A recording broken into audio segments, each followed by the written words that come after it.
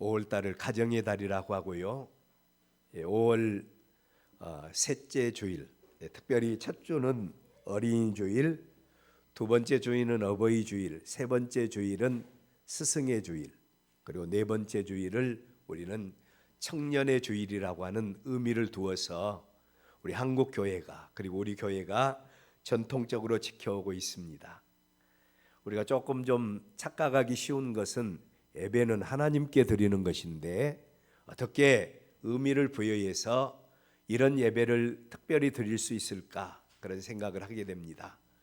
예배는 하나님께 드립니다. 그러나 예배를 통해서 하나님의 거룩한 백성들이 우리의 자녀들을 어떻게 양육할 것인가, 또 우리의 부모님들에게 어떻게 효도하고 부모님을 어떻게 공경할 것인가, 또 우리를 위해서 수고하신 선생님들을 위해서 어떻게 우리가 그들에게 은혜에 보답할 것인가, 우리의 미래가 되는 청년들을 어떻게 우리가 인도할 것인가, 여기에 대해서 중점적으로 하나님의 말씀을 통해서 듣는 그런 의미로 이렇게 매 주일 의미를 두어서 이런 주일로 지키고 있습니다.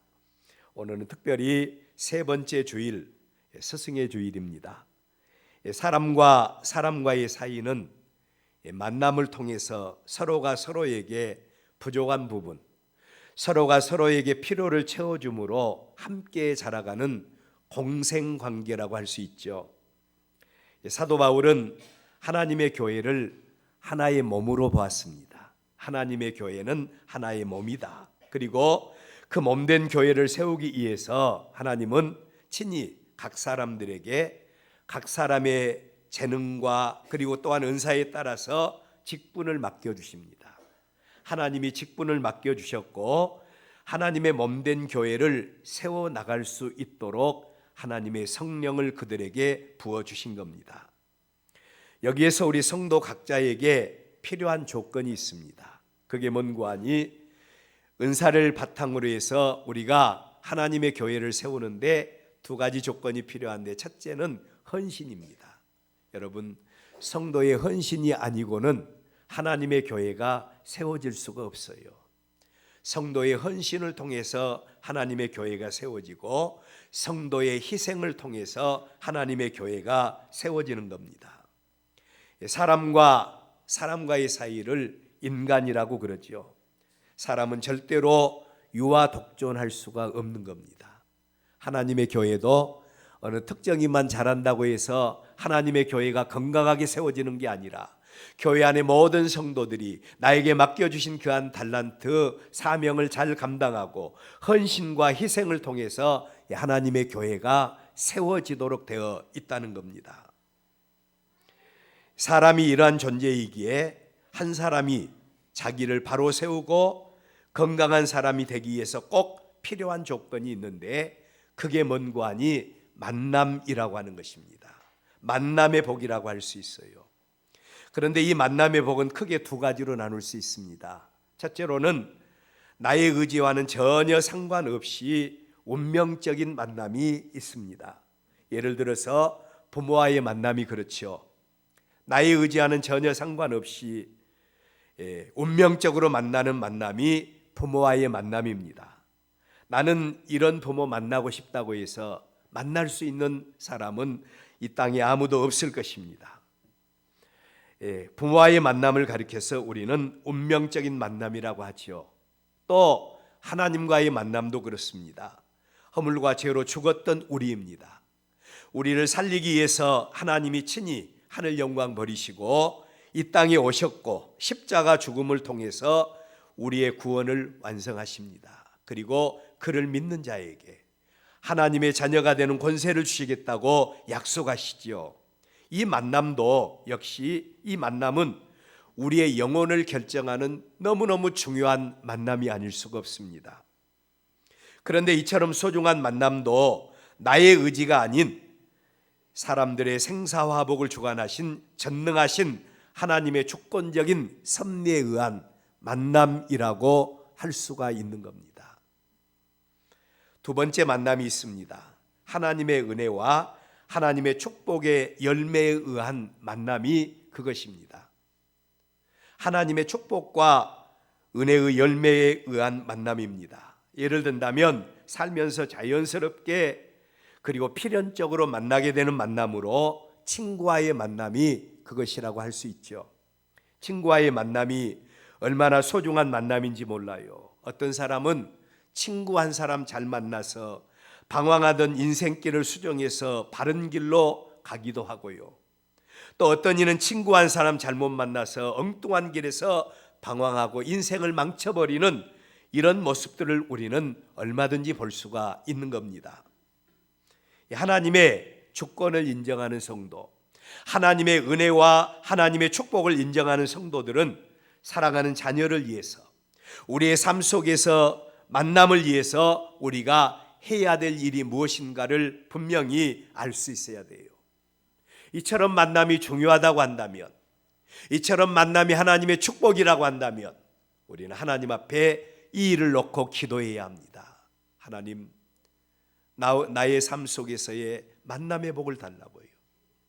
우리의 자녀들의 삶 속에 만남의 복을 달라고요. 우리의 영혼을 위해서 만남의 복을 달라고 우리는 하나님 앞에 기도하는 자가 되어져야 합니다.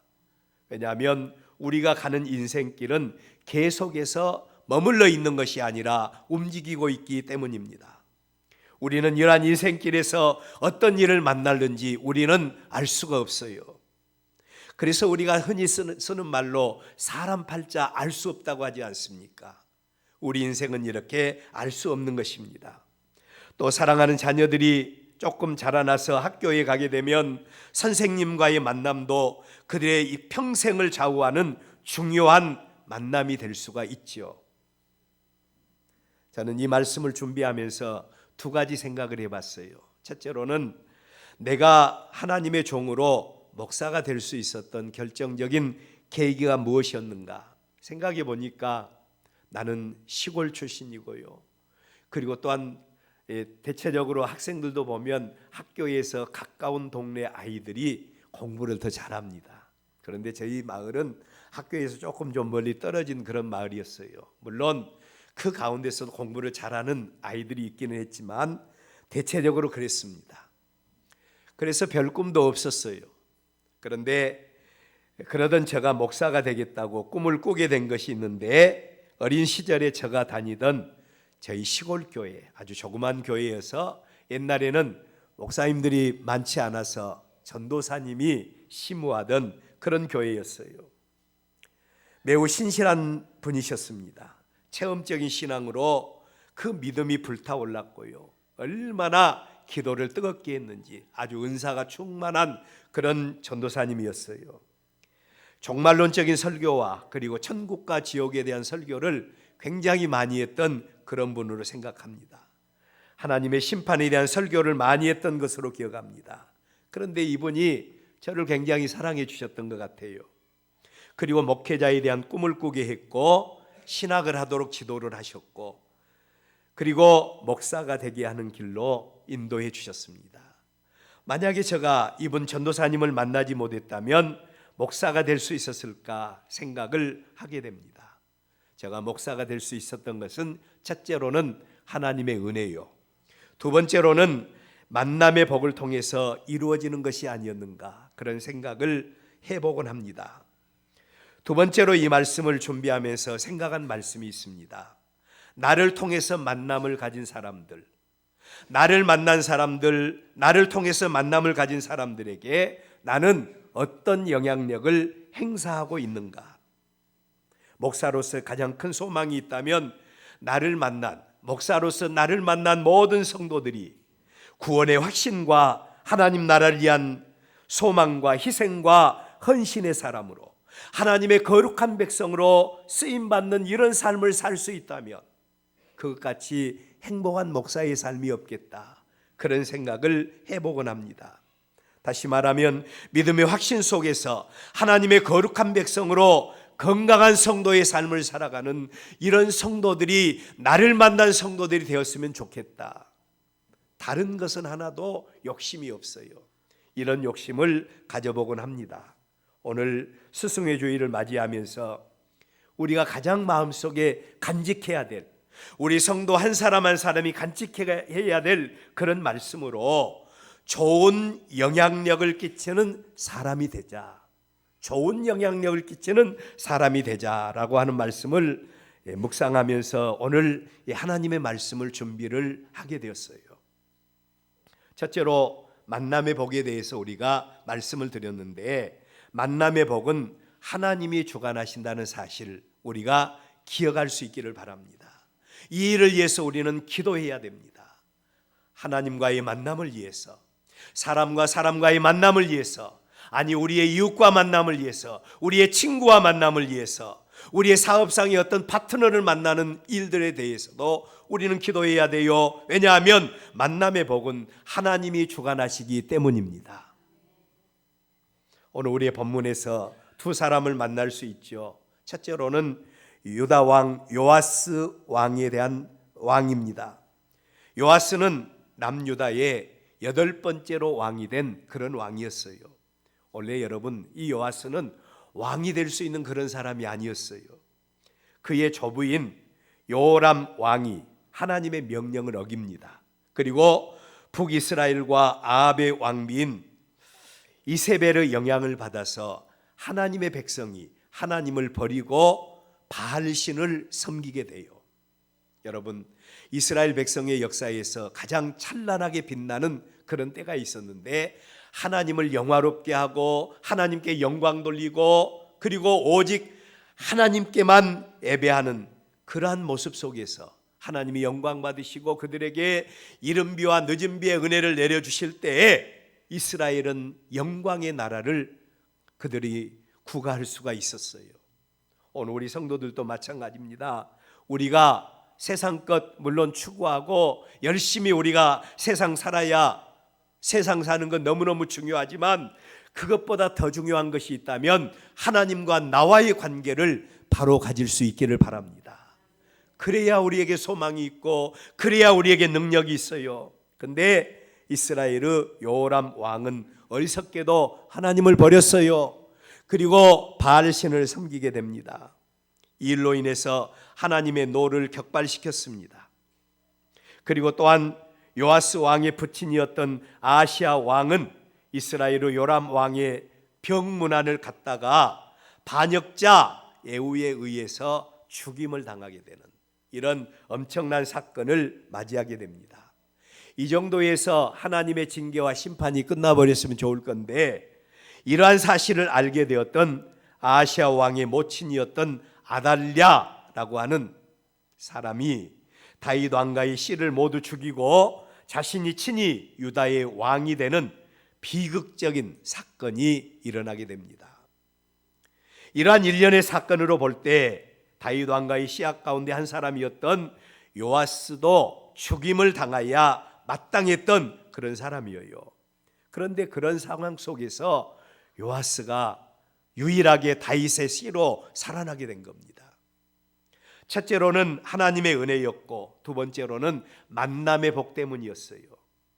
열왕기하 11장 2절에 보면 요람 왕의 딸 아시아의 누이 요세바가 아시아의 아들 요아스를 왕자들이 죽임을 당하는 중에 빼내서 그와 그의 유모를 침실에 숨겨 아달랴를 피하여 죽임을 당하지 아니하게 한지라. 요아스가 죽임을 당하는 자리에서 극적으로 구원을 받을 수가 있었습니다. 첫째로는 유다 나라를 불쌍히 여기신 하나님의 은혜였고, 두 번째로는 만남의 복으로 인해서 요아스가 죽음의 자리에서 살아날 수 있는 은혜를 입게 된 겁니다. 우리의 본문에서 만날 수 있는 두 번째 사람은 제사장 요야다입니다. 요야다는 하나님의 종답게 하나님 앞에서 정직하게 행한 믿음의 열심을 가진 그런 사람이었어요. 한 나라의 충신은 난세에 난다고 하는 말이 있죠. 보통 때는 모두가 다 충신과 같이 보입니다. 그러나 한 나라의 충신이 난세가 되면 간신들은 다 없어져 버려요. 충신은 끝까지 남게 되는 겁니다. 제사장 요야다가 제위하던 당시에 유다 나라는 캄캄한 암흑이었고 어둠의 시기였다고 말씀드리죠. 하나님의 영광이 떠나버렸습니다. 하나님의 은혜가 떠나고 죄가 왕노릇하는 이런 시대를 맞이하게 된 겁니다. 범죄 타락한 세상 사람들의 생각은 항상 힘이 있는 곳으로 쏠리게 되어 있죠. 그러나 하나님을 경외하는 하나님의 사람, 하나님의 손에 붙들린 하나님의 백성들은 혼돈의 상황 속에서도, 어떤 암흑의 상황 속에서도 예스와 노가 분명한 사람이 되어져야 되는 겁니다. 제사장 여호야다가 그런 사람이었어요. 대다수의 사람들이 하나님의 기름 부으심과는 상관없이 아달랴가 반역을 통해서 왕위에 올랐을 때에 살기 위해서 하나님을 두려워하는 것이 아니라 사람을 두려워함으로 어쩔 수 없이 동조할 수밖에 없는 이런 상황을 맞이하게 된 거예요.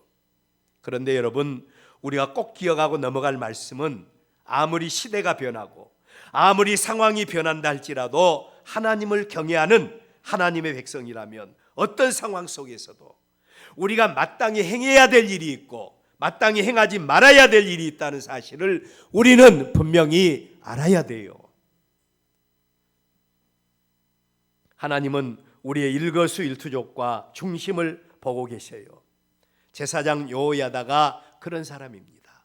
아무리 어둡고 아무리 하나님의 영광이 가려지고 아무리 사람이 힘을 얻어서 왕위에 올랐다 할지라도 하나님의 백성으로 마땅히 내가 해야 할 일과 마땅히 행하지 말아야 할 일에 대해서 분명히 알고 있었던 그런 사람이 여호야다였습니다. 대다수의 백성들이 대세를 쫓아 행하고 있을 때 여호야다와 그의 아내인 여호사밧은 유다 나라의 전통과 하나님의 영광을 위해서 마땅히 그들이 서 있는 위치에서 그들이 행해야 될 일이 무엇인가를 생각했고, 그리고 그 일을 위해서 생명 걸고 왕의 아들 가운데 한 사람이었던 요아스를 구하여 하나님의 성전으로 피신시켜 7년 동안을 숨겨서 자라게 하는 일을 이들이 행하게 되었다는 겁니다. 여러분, 사람은 항상 밭을 일구는 겁니다. 그리고 그 밭에 씨알이 뿌려지게 되고, 그리고 그 씨알이 발아되게 하고 그 씨알이 자라나게 해서 열매 맺게 하신 분은 하나님이시죠. 여기서 우리는 두 가지 비밀을 발견할 수 있는데, 하나님은 우리의 삶을 통해서, 우리의 행위를 통해서, 우리의 헌신과 우리의 희생을 통해서 하나님의 역사를 이루어 가시는데, 하나님께서 우리의 헌신과 희생을 바라보면서 그 삶 속에서 발아되게 하고 일이 이루어지게 하고 열매가 맺게 하는 것이 바로 하나님의 역사라는 겁니다. 여호야다의 열심과 하나님의 은혜로 요아스는 하나님의 성전에서 잘 자라게 되었고 유다의 8번째 왕이 되게 된 겁니다. 요아스가 왕이 될 수 있었던 것은 첫째는 하나님의 은혜, 둘째는 만남의 열매 때문이었다. 자, 오늘 저와 여러분이 기도해야 될 제목이 생겼어요. 그게 뭔고 하니, 모든 일의 열매는 하나님의 은혜가 동반이 되어야 된다고 했는데, 하나님, 우리에게도 하나님의 은혜가 필요합니다. 여러분, 하나님은 교만한 자들에게 은혜 주시지 않습니다. 하나님은 항상 겸손한 자, 하나님의 은혜를 갈망하는 자, 하나님의 은혜가 필요하다고 외치는 자들에게 하나님은 그들 가운데 역사해 주세요. 만남을 위해서 기도하십시오. 하나님의 축복을 위해서 기도하십시오. 그리고 하나님의 축복의 열매가, 은혜의 열매가 만남을 통해서 우리 가운데서 이루어질 수 있기를 바랍니다. 두 번째로, 우리는 나는 만남 가운데서 어떤 영향력을 행사하고 사는 사람인가, 우리 자신을 한번 살펴보는 기회를 가질 수 있기를 바랍니다. 우리의 본문 2절 말씀 우리 한번 읽어볼까요? 다 같이 읽습니다. 시작. 요아스는 제사장 여호야다가 그를 교훈하는 모든 날 동안에는 여호와 보시기에 정직히 행하였으되. 아멘. 자, 요아스, 유다의 8번째 왕이었다고 했죠. 이 왕이, 한 나라의 왕이 제사장 여호야다가 그를 교훈하는 모든 날 동안에는 여호와 보시기에 정직하게 행하였다라고 말합니다. 한 사람이 다른 사람에게 결정적인 영향력을 행사하는 그런 모습이죠. 여러분, 어떤 사람이 어떤 사람에게 영향력을 행사하기 위해서 꼭 필요한 조건이 있다면 그 사람만이 가지고 있는 독특한 영향력, 향기라고 말할 수 있습니다. 고린도후서 2장 15절로 16절 말씀을 보면 우리는 구원받는 자들에게나 망하는 자들에게나 하나님 앞에서 그리스도의 향기니. 우리가 누굽니까? 예수 그리스도를 구주로 영접하여 하나님의 거룩한 백성된 저와 여러분 아니겠습니까? 우리는 구원받는 사람들에게나 이미 믿어 하나님의 거룩한 백성된 자들에게나 망하는 자, 예수를 믿지 않는 자들 앞에서 그리스도의 향기가 되어져야 된다는 거예요. 그리스도의 향기가 뭡니까?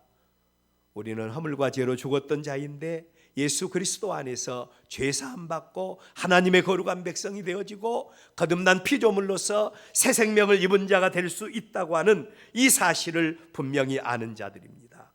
망하는 자들에게 예수 믿지 않으면 망할 수밖에 없다는 사실을 증거하는 그리스도의 향기가 되어져야 돼요. 16절 계속해서 이 사람에게는 사망으로부터 사망에 이르는 냄새요, 저 사람에게는 생명으로부터 생명에 이르는 냄새라. 누가 이 일을 감당하리요?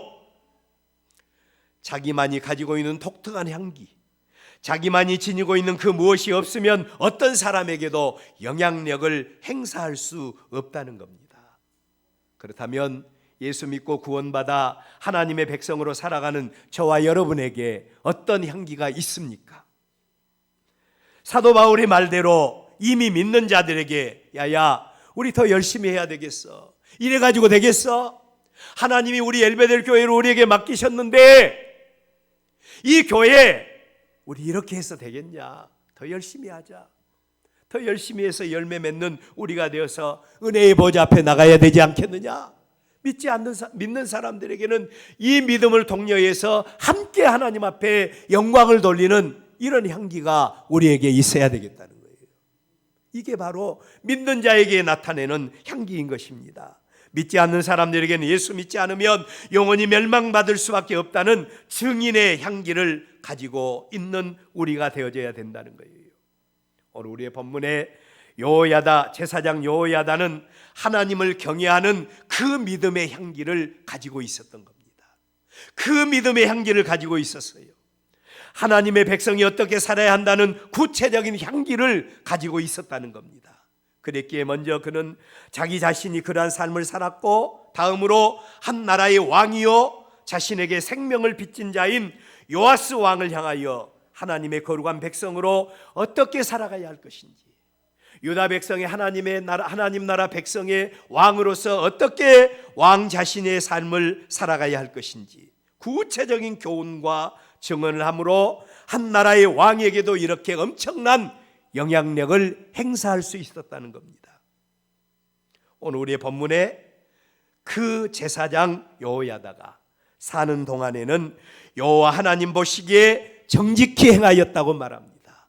오늘 우리 엘베델 교회가 이렇게 지탱하고 엘베델 교회 이렇게 아름답게 세워지고 있는 것은 적어도 여러분 한 사람 한 사람의 헌신과 희생이 있는 줄로 믿습니다. 하나님 앞에서 우리 모두가, 그리고 또 많은 사람들이 우리 엘베델 교회가 세워질 수 있는 것은 장로님 때문이고 권사님 때문이고 집사님 때문이고 성도님들이 있었기 때문에 하나님의 교회가 이렇게 세워지고 있다고 말할 수 있는 정도의 이런 믿음의 영향력을 가질 수 있기를 바랍니다. 제사장 여호야다가 사는 동안에 여호와 하나님 보시기에 정직하게 행하였다고 말합니다. 비단 제사장 여호야다뿐만 아니지요. 신실한 믿음의 사람들을 보세요. 그들은 다 같이 한결같이 자신들이 소유한 믿음과 그 믿음의 영향력을 많은 사람들 앞에 나타내 보였던 것을 알 수 있어요. 여호수아 24장 31절에 보면 이스라엘이 여호수아가 사는 날 동안과 여호수아의 뒤에 생존한 장로들 곧 여호와께서 이스라엘을 위하여 행하신 모든 일을 아는 자들이 사는 날 동안에는 여호와를 섬겼다고 말합니다. 여호수아가 사는 날 동안. 또한 여호수아와 함께 하나님의 은혜를 체험했던 믿음의 1세대들이 사는 동안에는 이스라엘이 하나님과 동행하며 하나님을 섬겼습니다. 이스라엘은 분명히 하나님의 백성입니다. 하나님의 은혜로 가나안 땅을 기업으로 받았습니다. 그럼에도 불구하고 날이 가고 세월이 흐를수록 그 믿음이 성장해야 되겠는데, 그 믿음이 성장해야 되겠는데 그 믿음이 점점 희미해간 겁니다. 그러한 백성들을 바라본 여호수아는 그 백성들을 향하여 오직 나와 내 집은 여호와만을 섬기겠다. 왜냐하면 나와 내 집이 여호와만을 섬기는 이유는 여호와만이 살아계시고 우리의 구원자이시고 우리의 생명이시고 우리의 능력이시고 우리의 모든 것을 공급하신 분이니 여호와만을 섬기겠다는 거예요. 그러면서 백성들을 향하여 너희들이 섬길 신을 찾으라고 말합니다. 믿음의 영향력을 보여줬고 이스라엘 백성들도 우리도 여호와만을 섬기겠다고 고백함으로 그 모두가 다 무너져가던 신앙을 회복했던 그런 모습을 바라볼 수가 있죠. 그 믿음의 영향력이 여호수아가 사는 날 동안 계속해서 되었다고 성경은 기록하고 있습니다. 여러분이 사는 어간에 하나님의 몸된 교회가 아름답게 세워지고 여러분이 사는 어간에 하나님의 나라가 확장되어지는 이런 은혜가 있기를 축원합니다.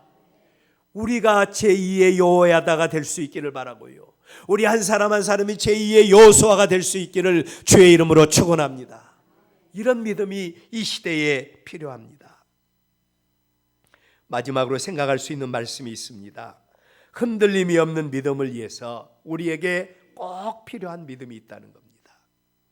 같은 믿음이라고 해서 다 같은 믿음이 아니에요. 흔들림이 없이 어떤 상황 속에서도 변함이 없이 변함없는 믿음으로 승리하는 믿음을 위해서 꼭 필요한 믿음이 어떤 믿음입니까?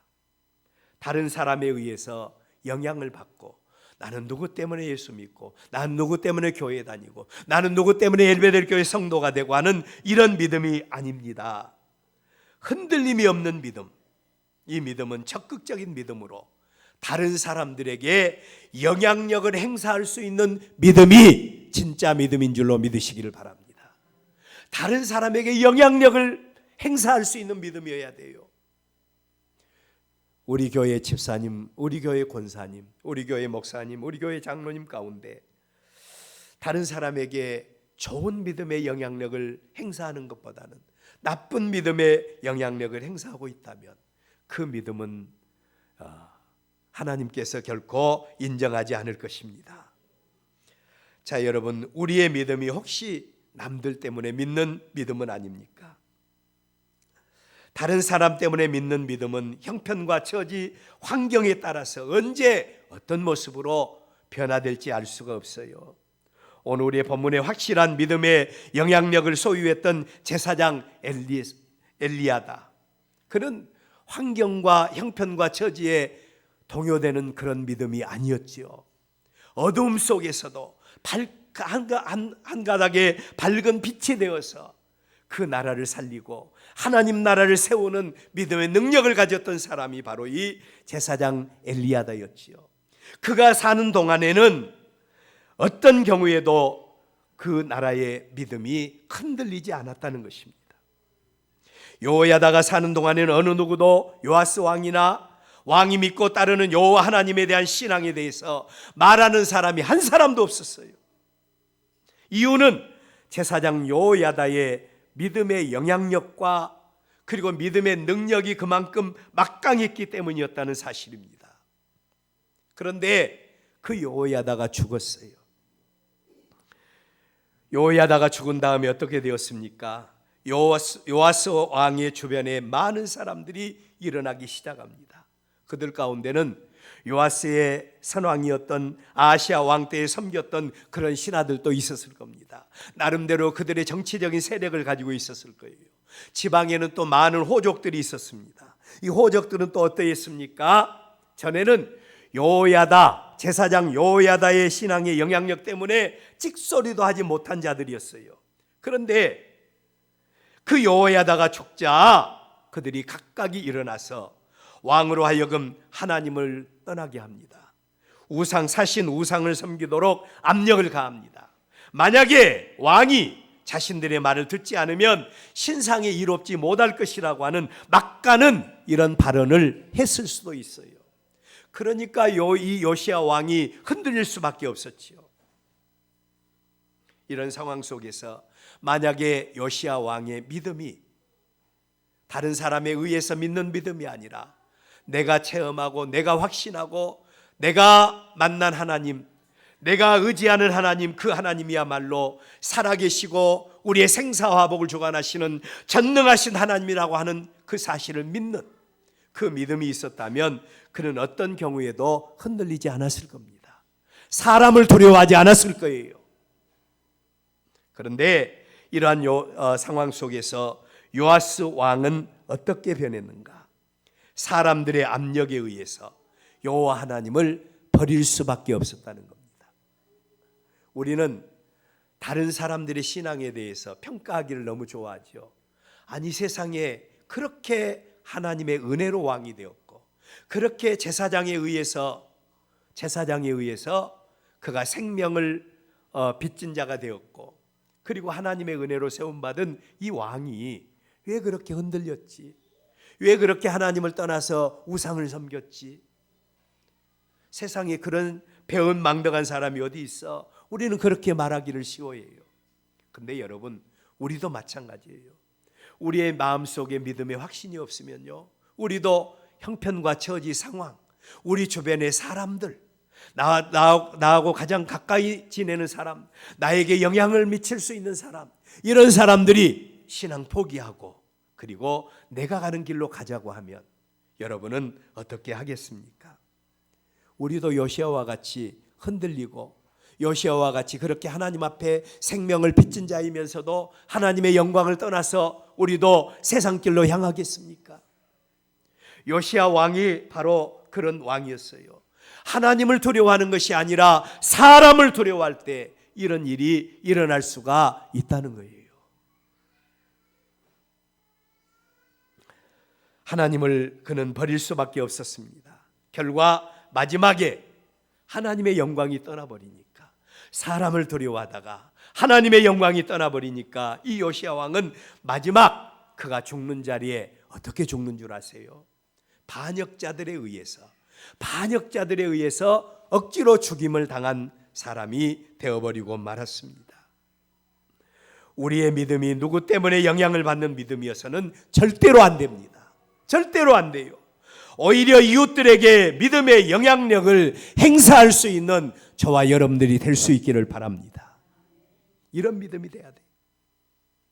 이 믿음만이 내가 살고, 이 믿음만이 내 가정이 살고 내 자녀가 살고 내 이웃을 살릴 수 있는 능력이 될 수 있는 그런 믿음인 것입니다. 이 말씀을 준비하면서 제가 안타까운 한 사건을 제가 우연히 생각하게 되었어요. 옛날에 쌍촌동에 유명한 맛집이 하나 있었어요. 맛집이 있었는데 목사님들을, 권사님들이나 아니면 장로님들이 목사님들을 모시고 식사 대접을 하면 그 집에 꼭 모시고 가서 식사 대접을 했던 그런 집이었어요. 이 집은 어떤 집인고 하니 모 교회 권사님 댁입니다. 권사님 댁이에요. 많은 사람들이 이 집을 믿음의 집이라고 인정을 하고, 그리고 목사님들 모시고 식사 대접할 때 반드시 이 집에 가서 식사를 했습니다. 그런데 그 권사님이 돌아가셨어요. 그 자녀들이 식당을 이어받았습니다.